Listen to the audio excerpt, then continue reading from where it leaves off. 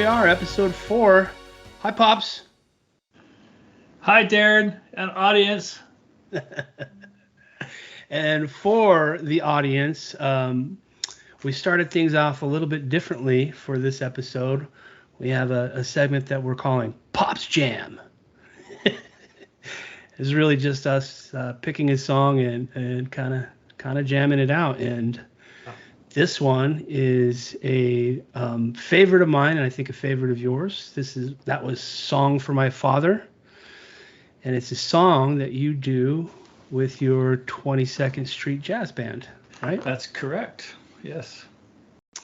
So tell me a little bit about this song. How did this come about for the jazz band? So when the jazz band was just forming, Adrian, who's I guess we'd call her band leader, he and the guitar player Keith have worked together for a long time in classic rock, but they decided to form a smooth jazz group because Adrian wanted to. Anyway, They had made a list of songs that were potential songs that they thought we could do, and top of the list was "Song for My Father." And I don't think I'd ever heard of it before, but I did learn that it was an old jazz, I think it might have been 50s or certainly 60s, written by Horace Silver, a real great jazz pianist. And anyway, I heard that number, and the arrangement that Adrian had chosen was an arrangement and a performance by David Benoit, who's a popular jazz smooth jazz pianist. He plays a lot of smooth jazz stuff, and he does a lot of his own variations of Vince Guaraldi. Peanuts music, like Linus and Lucy and other things. So anyway, I really liked it, and so I took to trying to figure it out, which means transcribing it. Yep. For me, I need to do that. Not being able to just totally memorize everything. I needed because there's no arrangements that you can really just find and use. Right.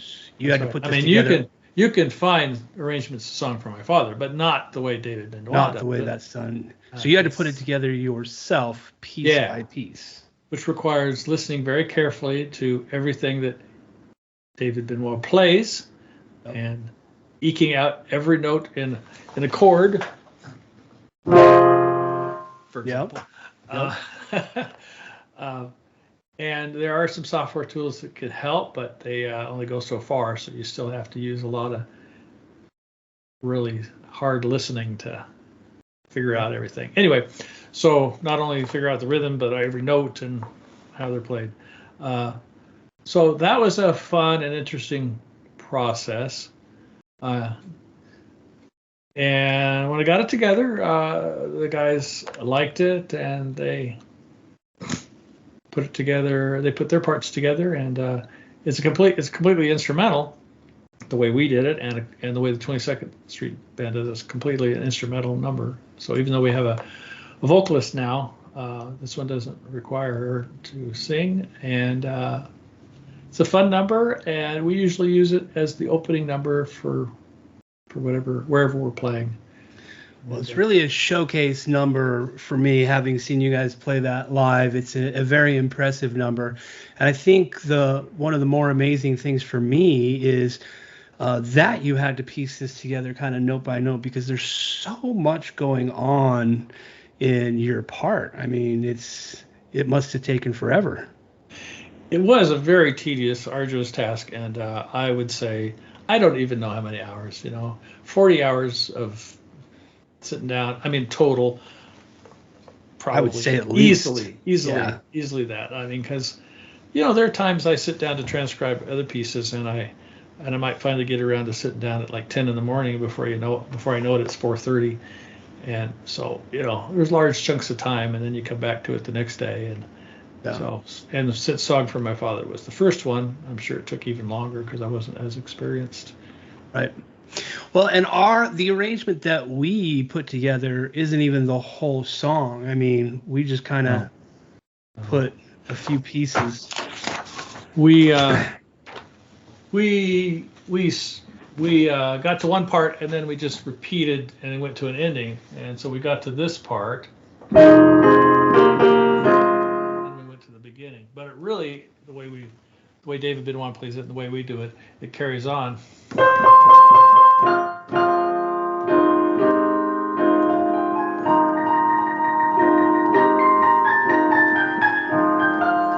don't play that very good. Sounds great.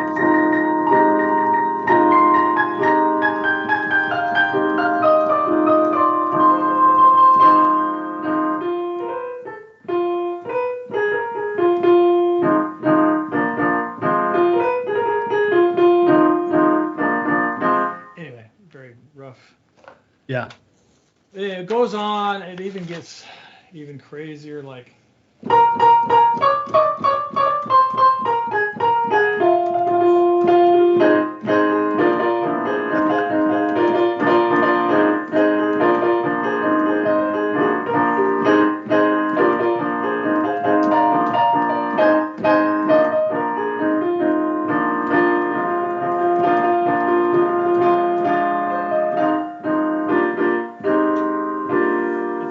Our guitarist Keith Bronson plays a lead that he added to it, even though it's not part of the David Benoit arrangement, but gives him a little showcase of the number. And Right. Then we carry on. Sorry about there's a really lousy version rendition I was playing there, but it has great. some really fun parts, and the guys were really excited about the part right before the outro, and it does repeat this.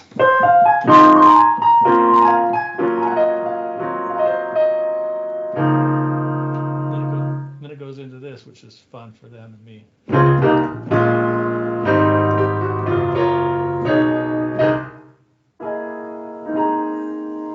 Yeah, sorry, that was pretty rough playing. I can't think about the video and play at the same time. It sounds amazing.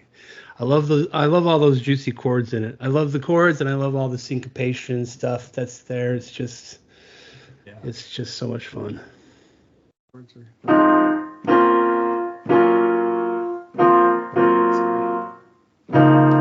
And this is the fun part, you know.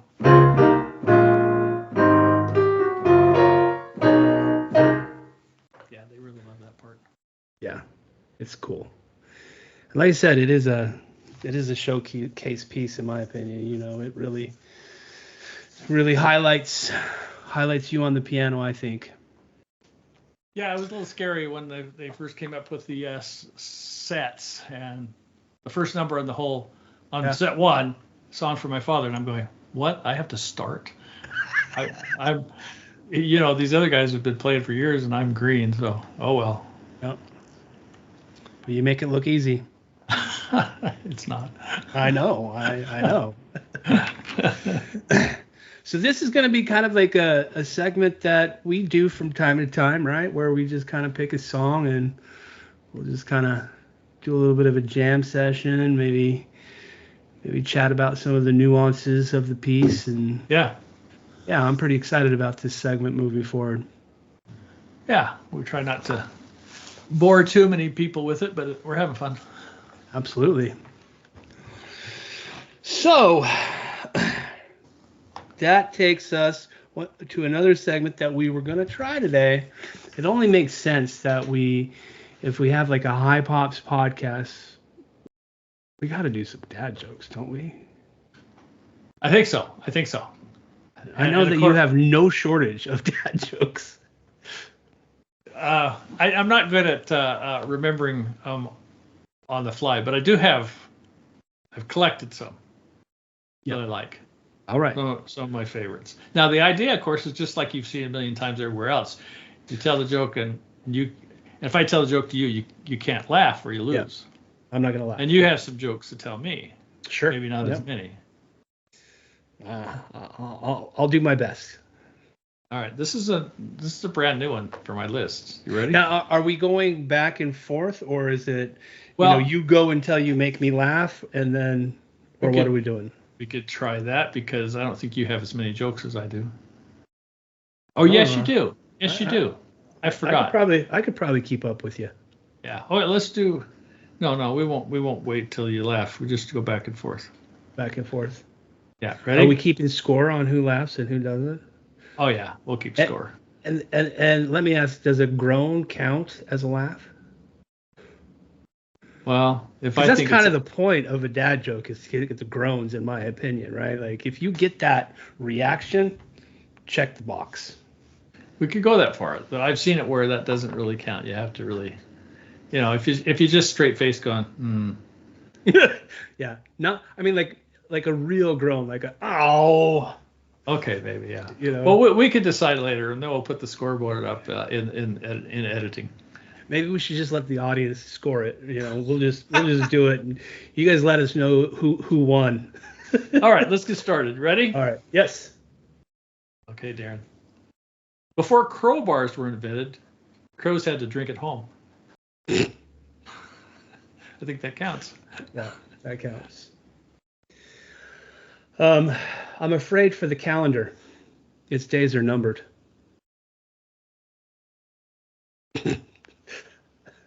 I guess not. Nothing for me on that one. Ready? Yep. Here you go. My brother fell into an upholstery machine. He's fully recovered now.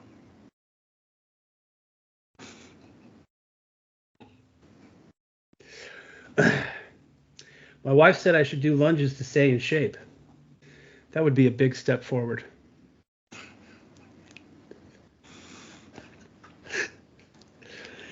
Okay, a bike keeps running over me. It's a vicious cycle.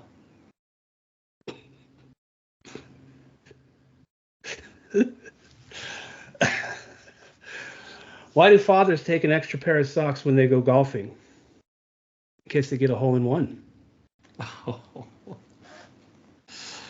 Hey, Darren. Research shows 6 out of 7 dwarves aren't happy. Technically, that's true, right? I mean, It is. let me do the math. Oh, yeah, that checks. That checks out. Hey, Dad? Yeah. Singing in the shower is fun until you get soap in your mouth. Then it's a soap opera. Oh, man.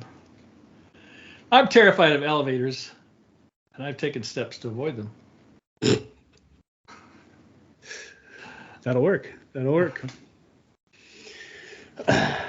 What do a tick and the Eiffel Tower have in common? I don't know. They're both parasites. Oh.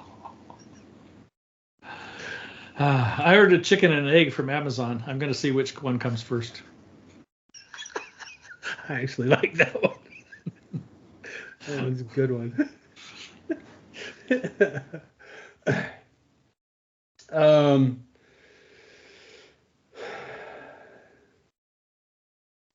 If April showers bring Mayflowers, what do Mayflowers bring?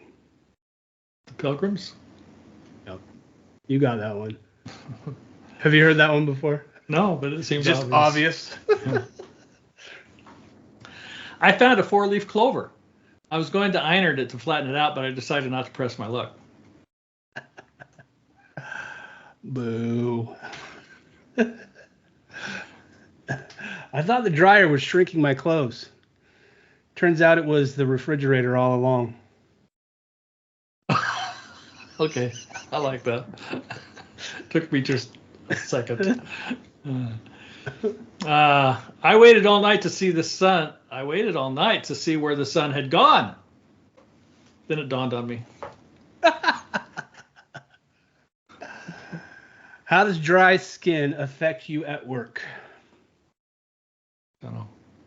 You don't have any elbow grease to put into it. Oh, that's pathetic. That's pretty terrible. How I many know more you got? Oh, I have several. I know a guy who's addicted to brake fluid, but he can stop anytime, he says.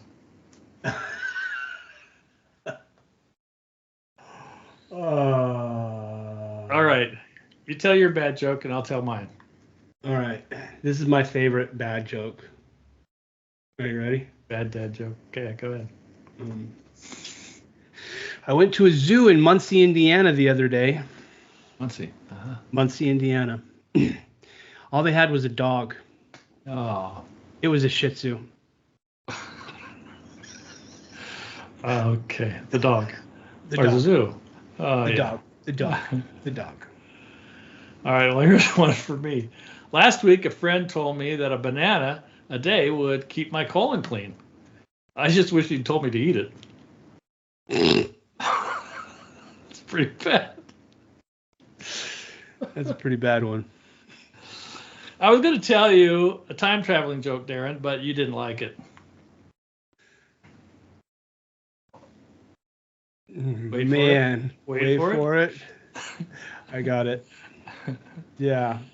Okay, It's I'll that skip. whole time paradox thing, huh? Yeah, I'll skip one and go on. Why did Sweden start painting barcodes on the sides of their battleships Why? so they could Scandinavian? Wait for it. Okay. Time flies like an arrow. Fruit flies like a banana. What? Time flies like an arrow. Fruit flies like a banana. I get it. It's one of my favorite. This is also one of my favorite. This is the last one. I'm sure everybody's glad to hear that. A photon decided he wanted to see the world, so he went to the airport and bought a ticket at the counter. The agent said, "No luggage? No, traveling light." I can I'm see done. how that would be your favorite. I I'm can done. definitely see how that would be your favorite. I like my zoo joke, or I should say I like my dog joke. Yeah. I don't know what the zoo had to do with it, but it's yeah. Yeah. I know the breed. Yeah, I mean, I don't know that I've seen too many of that breed. We certainly never had any Shih Tzus as pets growing up. No. No, Yeah. but one dog we had to have as long as Mom was Taffy, well, Cocker Spaniels in general. Cocker Spaniels. But the one that we had growing up was Taffy, right? Taffy was the one. The one that she had when we got married was Christopher. Oh, I didn't know that you guys had a Cocker Yeah, Spaniel. Chris. Yep. I don't even Yeah, that remember was that in- dog. But, well, you wouldn't. That was in L.A. I don't remember when the dog passed away. I don't know if we were in Idaho Falls by then or not, but by far the Idaho Falls dog was Taffy. Yeah. There are many stories about Taffy. Lots of stories about Taffy, and Taffy had a very long life. I mean, Yeah. she was like 16, 17 years old, I want to say, maybe older, I don't know, but certainly up there. Yeah. The one thing I remember that I thought was just the funniest thing about her, Grandma Betts would usually come over in the mornings, like probably 7:30, 8 o'clock in the morning. We were all getting ready to go to school. But Taffy loved Grandma Betts. And every time Grandma Betts would come over, Taffy would just start doing the zoomies, as they call it, right? Yeah. Just the zoomies around that hallway. And we had It's we had a living room that had a short little hallway to the dining room, then turned by the bathroom, then behind, and then it went that way and then back. So there was a circle. That's what Yeah. you're describing. Exactly. So- Exactly. She would just for a very long time, as fast as she could run around that hallway area.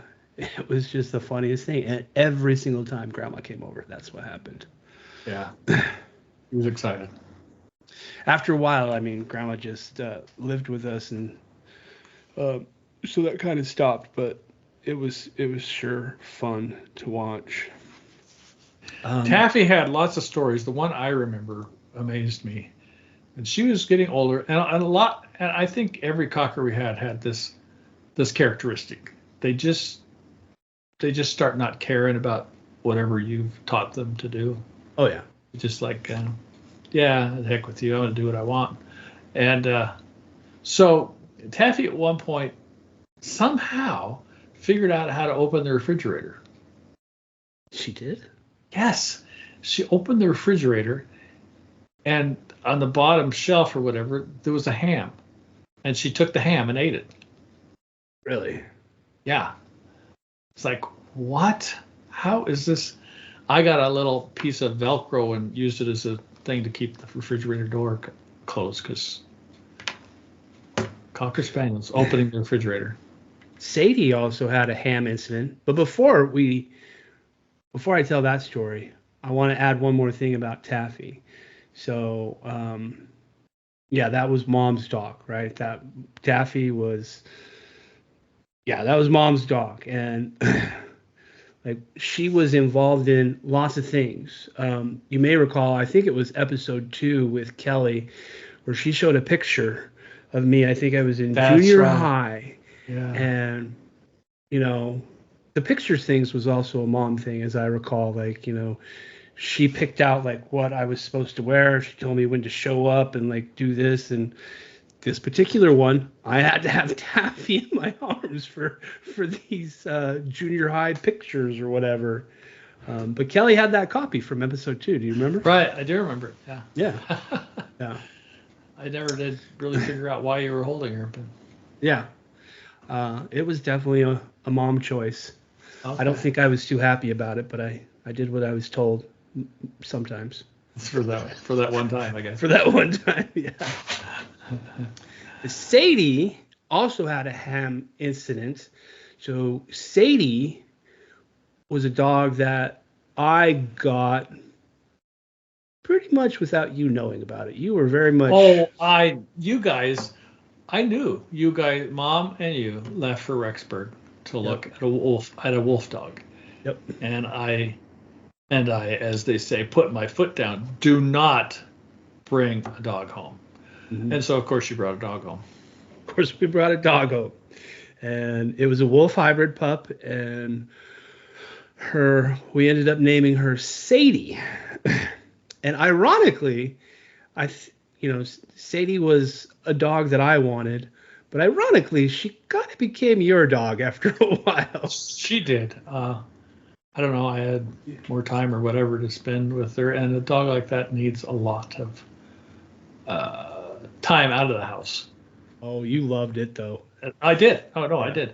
And so I was able to do that. And because big dogs in general, and especially a wolf dog like Sadie, they just get cabin fever pretty quickly if they don't get out.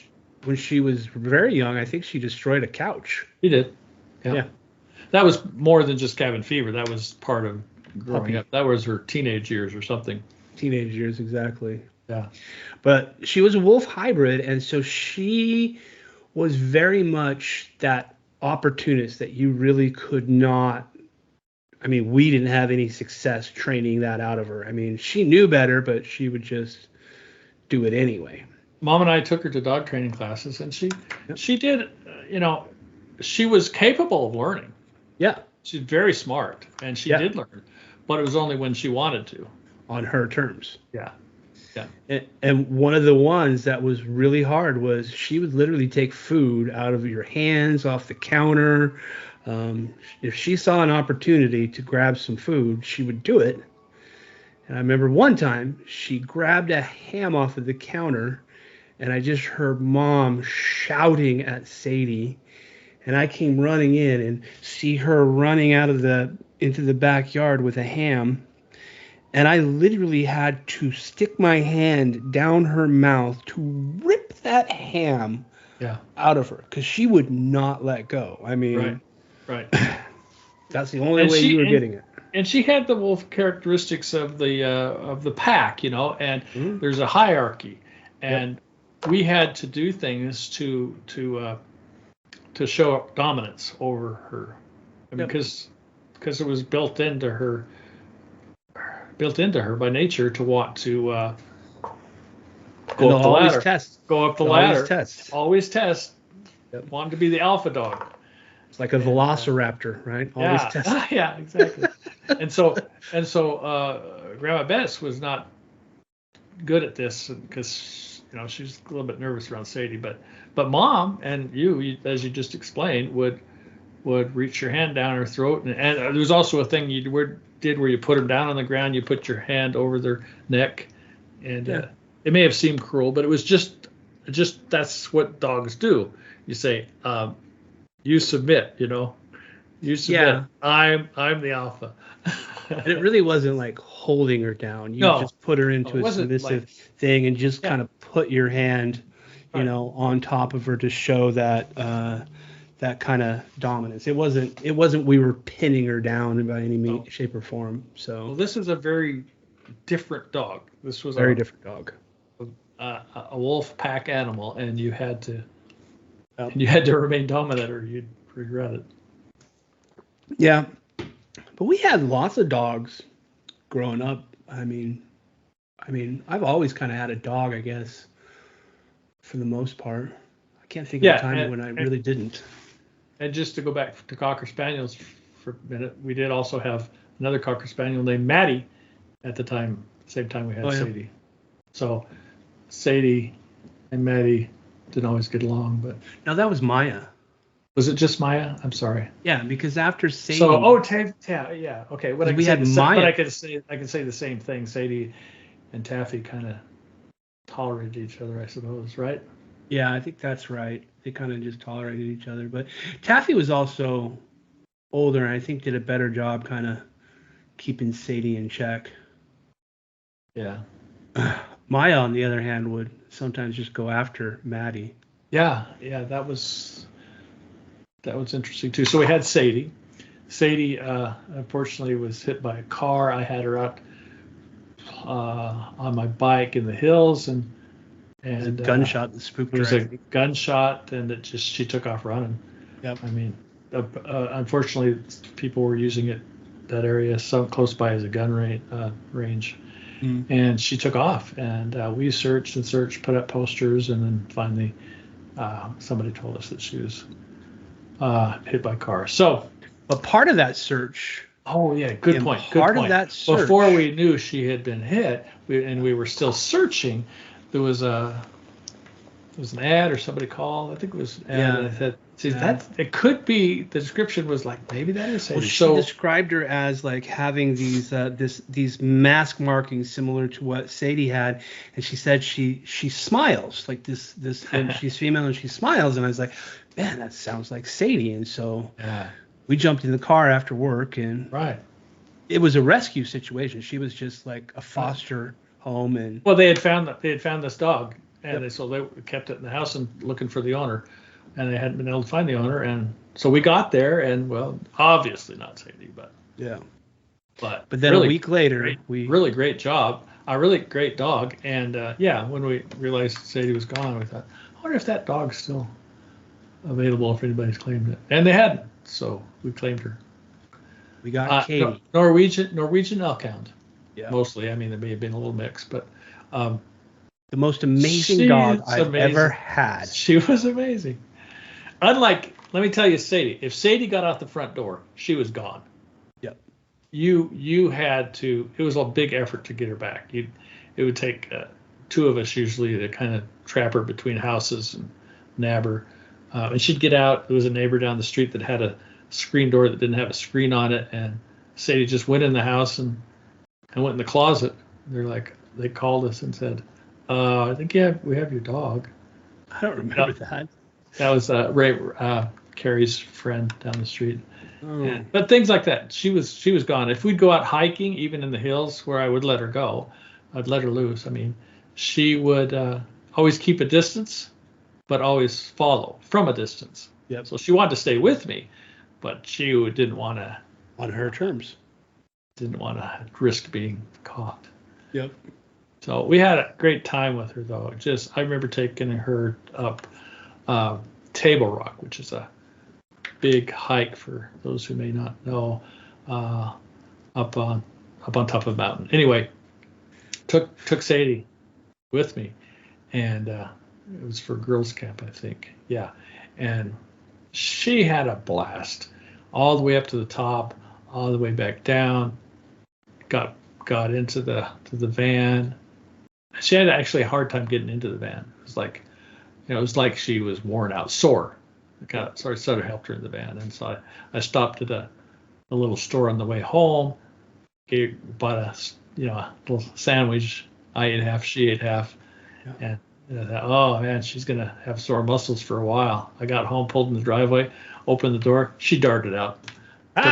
Took herself for another walk. Ah, man, no stopping her.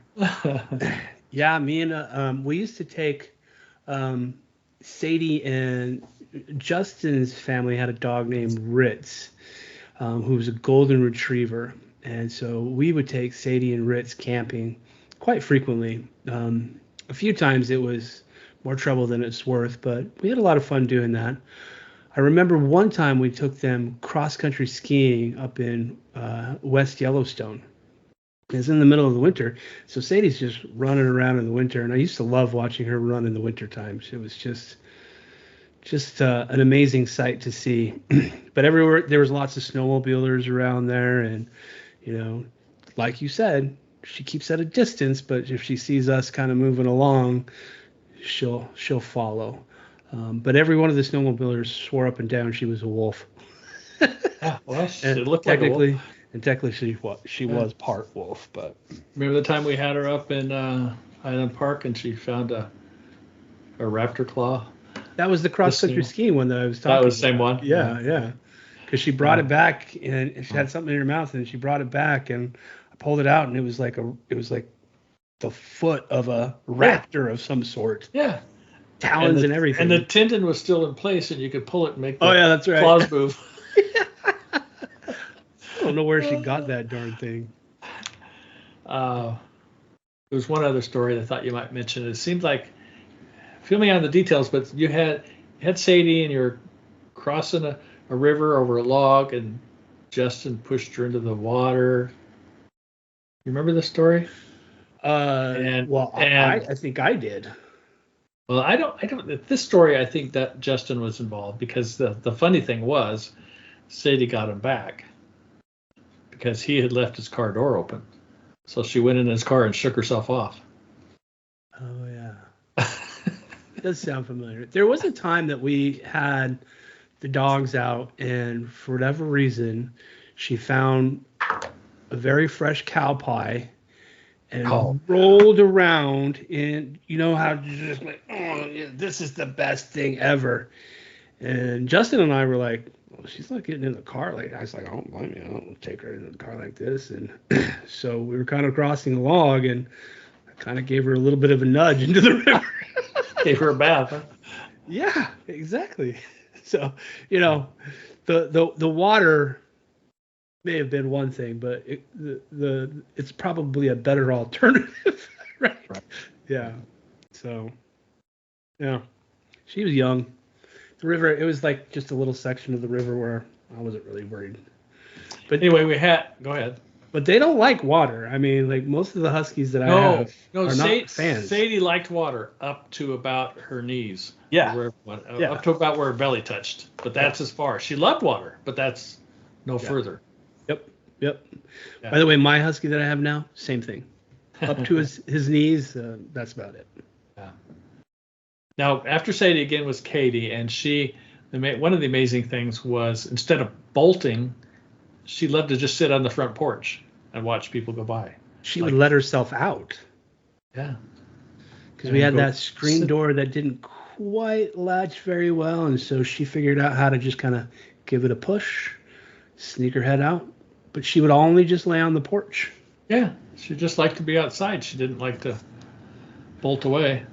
To the point that people would come to the door, and ring the doorbell. They would have to step over her. Yeah. She's not even moving. She step over her to ring the doorbell. She's comfortable. Yeah. Now, when she got older, she would hear the soccer games over at the school, which was behind us. This is a great story. And she'd wander off and see what was going on. And she'd, if it's a great story, you probably know more details. Go ahead. Yeah, most of the time she would stay on the porch. And I remember one day I stepped outside and she wasn't there. I would catch her occasionally when kids were coming home from school, go up to as far as the edge of the yard just to get a pet, but then it was back to she really liked the kids from the school. That was her routine in the afternoon, was to make sure she saw hi to all the kids walking home from school. On this particular day, she wasn't there and she was nowhere to be found, and so I'm wandering around looking for her, and I can hear that there's a soccer game playing at the school behind our house. So I walk around the corner, and sure enough, she's just sitting there, laying on this next to this family who's sitting on the sidelines. And I went up and I called Katie, and she started coming my way, and I said, "I am so sorry. She's usually," and there's like, "Is this your dog?" I was like, "Yeah, I'm again so sorry." It's like, "No, the dog came and just sat down right next to us on the sideline, watching the kids, never interrupted the game at all, was just happy to watch the game." Yeah, she was amazing. Yeah, she's incredible that way. I've never had a dog that, really and truly did not require a leash. I mean, Yeah. she, Now, unlike Sadie, would come when she was called. yes. Now, speaking to that, one day she was on the porch and I saw her wandering right because there was a soccer game. So I called for her because I didn't want her to go. I called and she didn't respond at all. And I ran as fast as I could to get up to her and slapped her tail. And then she turned around and said, "Oh, okay," and came back. She was losing her hearing. Oh yeah, yeah, Yeah. yeah, yeah. She had some health problems when she got older. I still think this is an amazing story. Do you remember the autoimmune thing that we ended up diagnosing? On Katie? Yeah. I don't recall it. So she got to a certain age, and she started getting like losing the muscle around on her hips, and she had a real problem, standing up and walking with her hind legs. Oh, that's right. Yeah. And we had taken her to the vet, and the vet kind of was thinking that this might be, nearing the end of life. This is a very common thing for this breed, and kind of a disappointing visit. But you and I started doing some research online about this problem, and we thought that it might be autoimmune. The web basically told us that in these cases, a lot of times it's autoimmune. Dr. Google. Yeah. Dr. Google. Yeah. And one of the treatments for it was like prednisone. Well, the great part about that is there was always loads of prednisone because Mom and I had asthma, and it's very much something that we have to take, especially at that time, had to take from time to time. Right. So Dr. Google even kind of gave us like you might start with this kind of dose. This is kind of where I would start, and you should start to see improvement within a few days. So we started her on it. And this is a tablet, or? Yeah, it's just like a little tablet that we ground up somehow and put it in some food. But she responded immediately. It fixed her. Wow. And we had many more years of time with Katie before the end. You don't remember this? Vaguely. Yeah. I was amazed that, number one, I was disappointed that the vet, didn't really, consider that. Secondly, that was the first time the internet really was like, "Oh yeah." Yeah. Anyway, Maybe the internet was more trustworthy in those days. probably.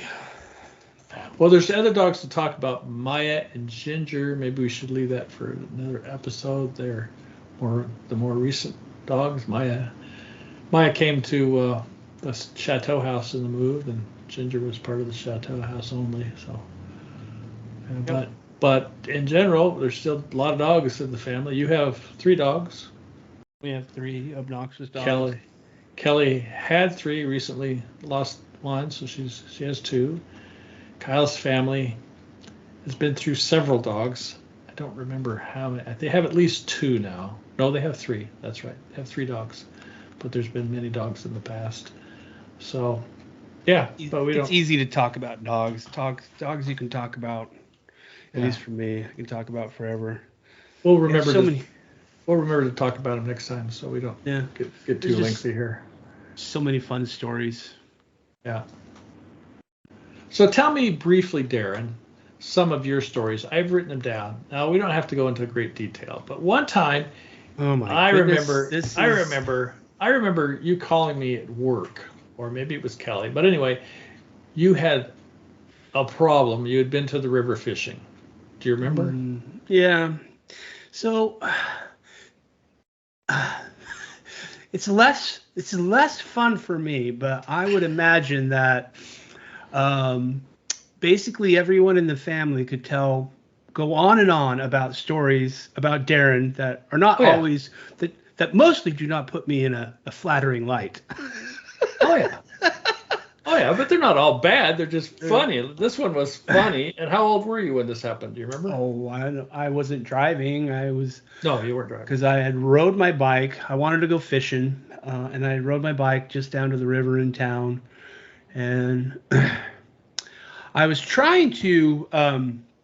It was just a little spinner. So it had like a little 3-prong hook on it. It was just spinner rod fishing. And I remember I was trying to cast my line off to a certain section that I couldn't quite get the cast over to.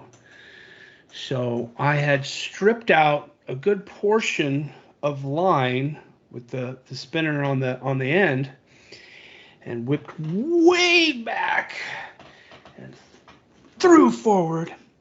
But there was so much line that on the way over my head, it caught my head, and the hook, 2 prongs of the hook, buried themselves beyond the barb. You know, there's a little barb on the hook, right? And it was stuck. I think I was more terrified than anything. I literally just jumped on my bike and rode home because I was like, oh no, there's a hook in my head. Right. And And you got home, and maybe you talked to Kelly. Anyway, at some point you called me, and I was at work at the what they call the site, which is like 60 miles west of town. Yep. Do you remember that? I do. I remember not knowing what to do, and I think after that conversation, I just decided to jump on my bike and run down to the urgent care or whatever it was. Right. Because I was very familiar with that process at the time. And they all knew the family, right? So. Oh yeah, it was a family emergency center there, which was not there anymore, but it was visited multiple times by the family. Yeah. Anyway, so you had decided to do that, but did Kelly talk you out of it? Let's call Dad, or how did that happen? No, I think I called you because I wasn't sure what to do. Okay. But when I was on the phone with you, I was like, you know what? I've come this far. I might as well just jump on my bike and ride it down. Do you remember what I said you should do? Yeah, I think you said cut the top of the hook out and just push it through. Yeah. And but then it was like, no. But then I don't know if I expected you to do that and hung up, because it seemed like the next phone call I got was from Family Emergency Center wanting authorization to take care of you. Yeah. And I said, oh crap. All right, fine, do it. I was trying to save money. Oh, were you?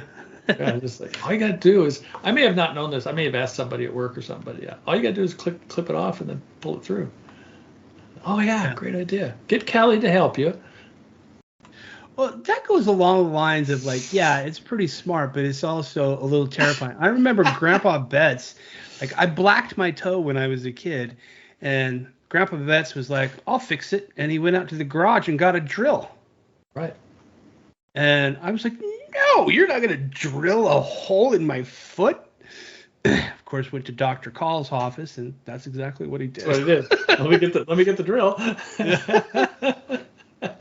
But the fish hook was really even cooler because they put together this whole, like, you know, I don't even know what they did. Somehow he brought in some string or probably some fishing line type of stuff, and he tied this little thing around.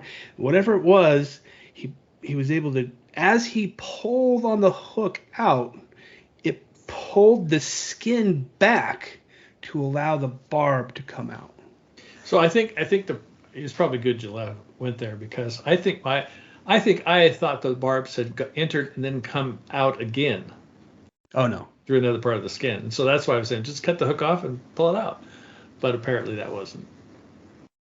No, it was embedded pretty deep, so I would have had to essentially force it to come back up through the skin to Right. do what you were asking.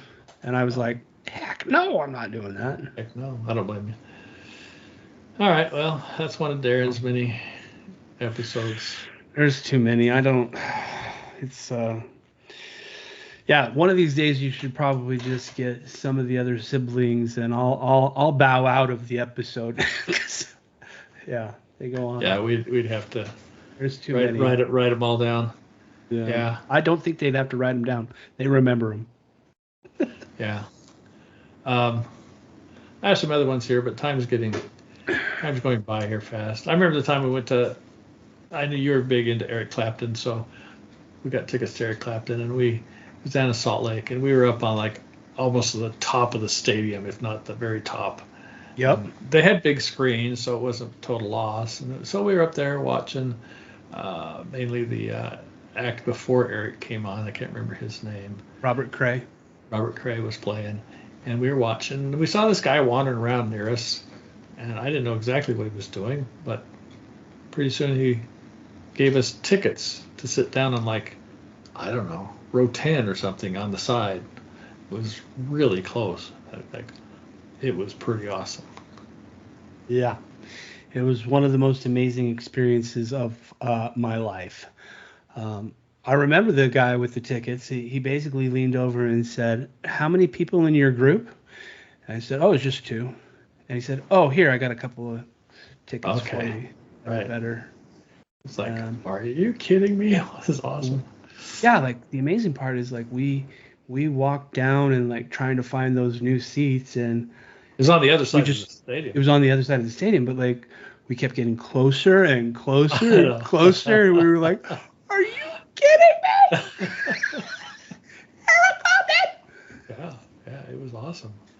And he had see him real well.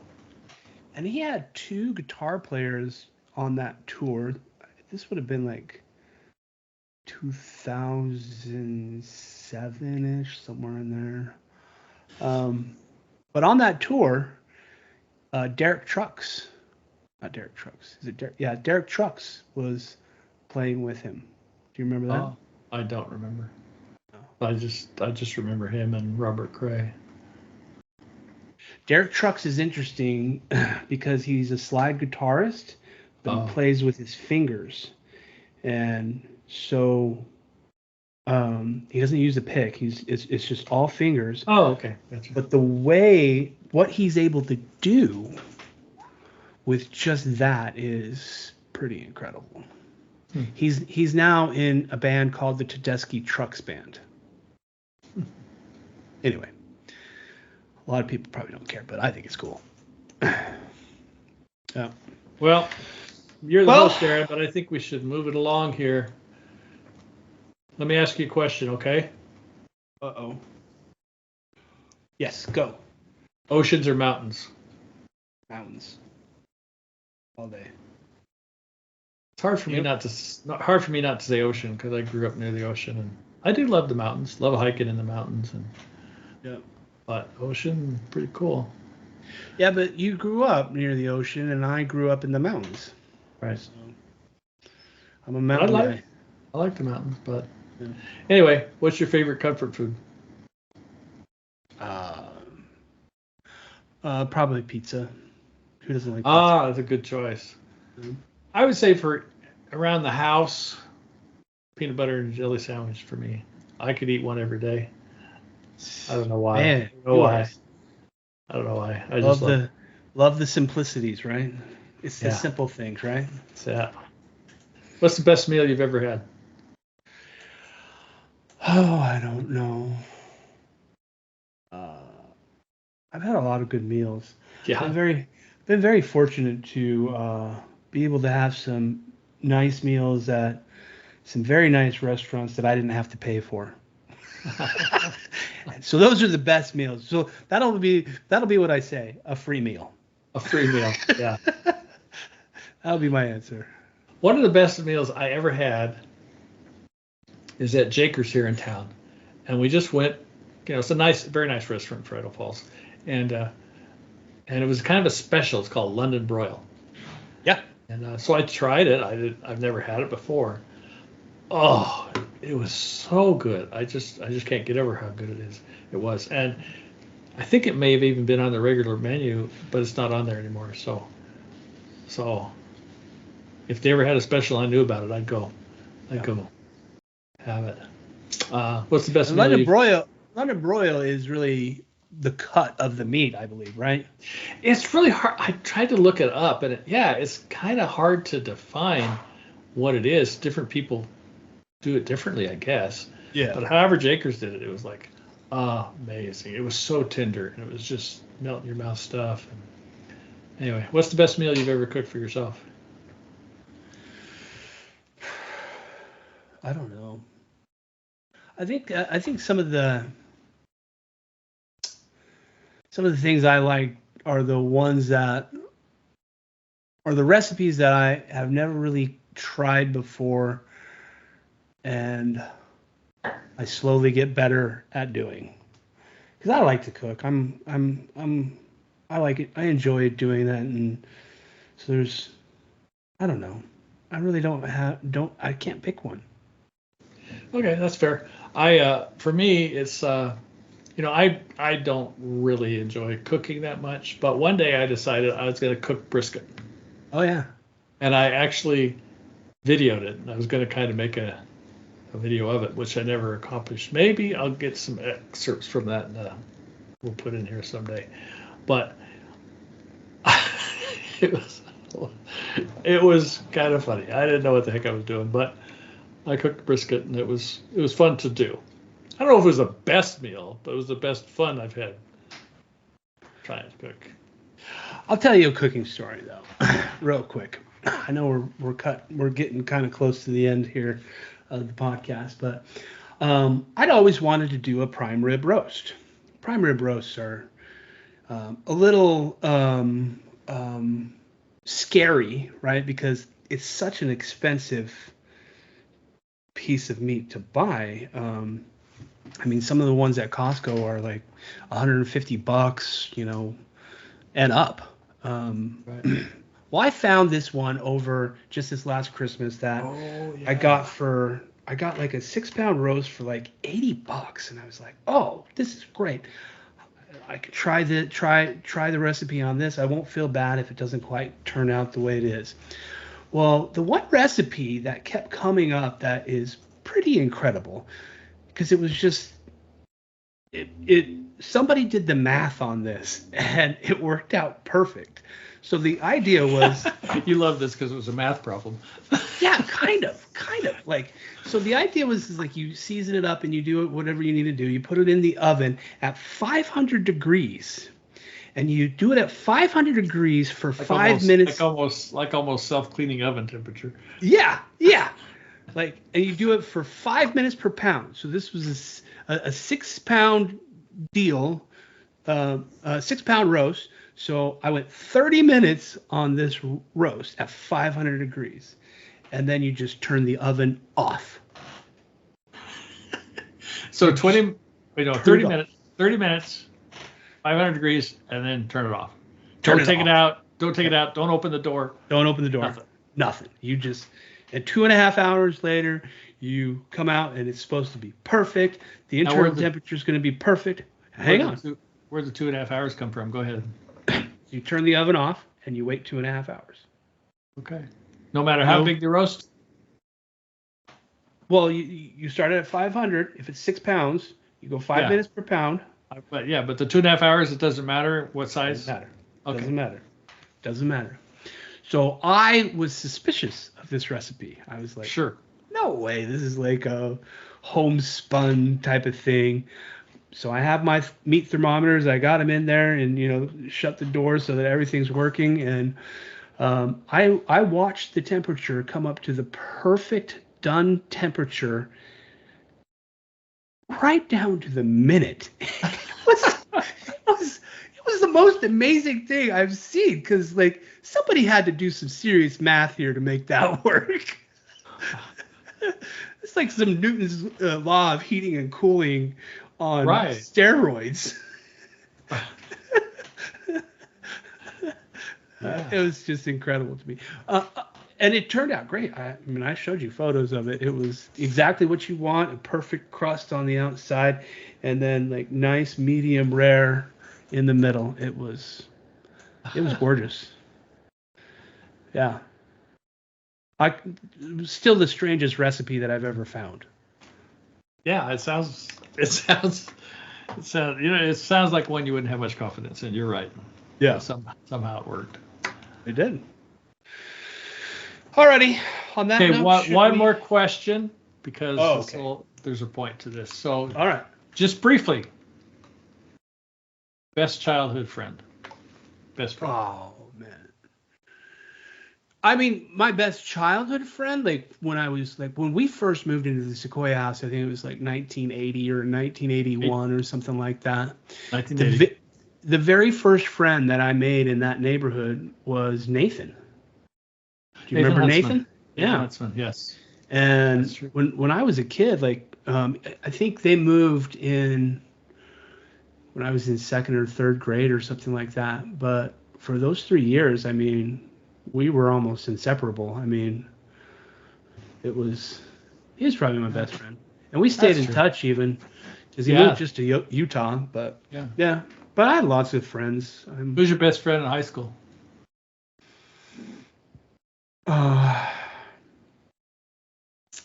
Probably Corey, I guess. I don't know. Yeah. Justin, Corey. Spent a lot of time with both of those two. Several friends that I remember. Justin, Corey, Dallin? DeMorda. Oh, Kyle. Kyle DeMorda. Yeah. Those are the three I remember mostly, I think. Okay, Brian Wood and Brian Wood, sure. Orban for a while. And Orban, yeah. For me, my best friend, and I had in high school, I had lots of good friends. The first one I had, really, in ninth grade, I think he had a locker near mine, was Champ McCullough. And he sort of befriended me, and we became really good friends through all of our high school, even though he moved away during his high school years, but I kept in touch. But then the other good friends that be kind of a circle of friends were Jeff Orr, Paul Peterson, John Warren, and that was the main core of friends. Jeff was really close. Jeff and I used to do a lot of things with Champ, and Paul would do a lot of things with us.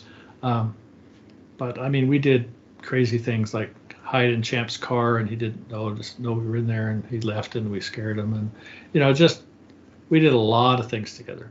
Mm-hmm. Now, I am hoping that the next episode that we will have as our guests Paul Peterson and Jeff Orr, and we can talk about things that we did when we were in high school, basically. Man, you're trying to drop a teaser here? I'm dropping a teaser. Now, to get back to Champ. Champ moved to, I think, I won't get into stories about Champ yet, but we need to talk about Champ because he was an amazing person. He moved to LA, and we kept in touch. When I got married and moved back to LA, we were good friends with Champ. He was just awesome. When we moved to Idaho, he actually drove to come to see us one time, and just an awesome person. There's other stories, but we don't have time for them right now. But we will talk about those, and we will have Jeff and Paul with us too. Yeah. I'm actually looking forward to that. I think that'll be really neat. I've heard lots of stories with like you and Keith and some things like that, but I haven't heard too many stories about you and the gang. The gang, yeah. Yeah. The Cobras. Rat Pack.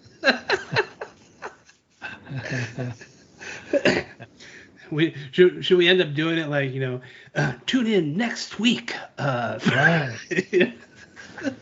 Do the full teaser. Go for it. I don't know. You're the actor. Next time on Batman. Anyway. Okay. All righty. Well, that will be fun. Next episode, I am looking forward to that. So that'll be neat. Hopefully that happens. Yeah, I hope we don't have to say sorry it didn't happen, but I think it will.